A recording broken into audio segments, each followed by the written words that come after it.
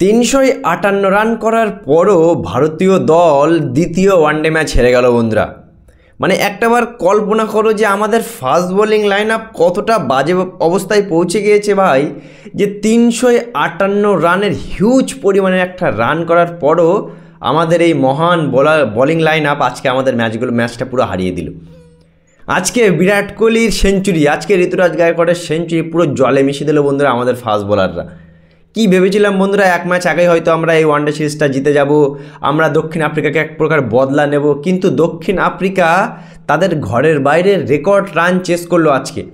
358 run chase করে ভারতকে হারিয়ে দিল বন্ধুরা, চোখ বন্ধ করে হারিয়ে দিল, 4 উইকেটে ইজিলি ভারতকে হারিয়ে দিল বন্ধুরা। আমাদের ফাস্ট বোলার কি নেই? 140 কোটির দেশে কি কোনো ফাস্ট বোলার নেই?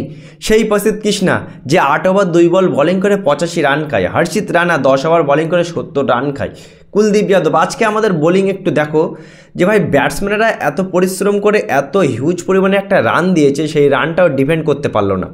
আজকে জয়সওয়াল মার্করামের ক্যাচ মিস করলো 53 রানে, সেই মার্করাম 110 রান করলো।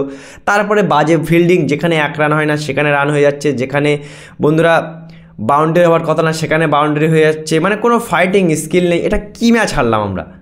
ভারত এখনও পর্যন্ত ওয়ানডে ইতিহাসে মাত্র 2 বার হেরেছে 350+ রান করে। প্রথমে 2019 সালে অস্ট্রেলিয়ার কাছে হেরেছিল, আর আজকে দক্ষিণ আফ্রিকার কাছে হারলো বন্ধুরা। কি ভেবেছিলাম যে এই ম্যাচটা আমরা চোখ বন্ধ করে জিতে যাব, এত রান করেছি মানে আমরা জিতে যাব, কিন্তু আমাদের বোলাররা পুরোপুরি ডুবিয়ে দিল বন্ধুরা, পুরোপুরি আমাদের ম্যাচটা পুরো শেষ করে দিল। কি বলবে এই বোলিং, এই মহান বোলিং লাইন আপ নিয়ে কি বলবে তোমরা বন্ধুরা?